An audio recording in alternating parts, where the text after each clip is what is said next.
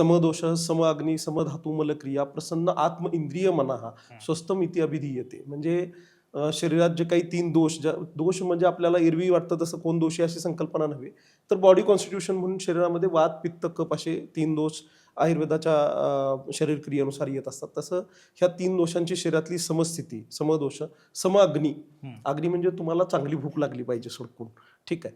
फक्त भूक असं नाही, तर हे जे काही 7 धातू आहेत, रस रक्त मांस मेद अस्थि मज्जा शुक्र, महिलांमध्ये ते आर्तव आहे. तर एका धातूकडून दुसऱ्या धातूकडे जो पोषकांश जातोय त्यामध्ये सुद्धा अग्नीचं काम आहे, धात्वाग्नी आहे तो.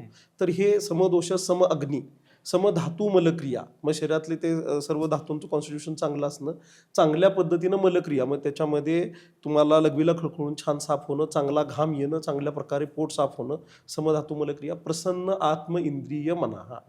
म्हणजे तुमचं मन चित्त सगळं असं प्रसन्न पाहिजे, आनंदी पाहिजे तुम्ही.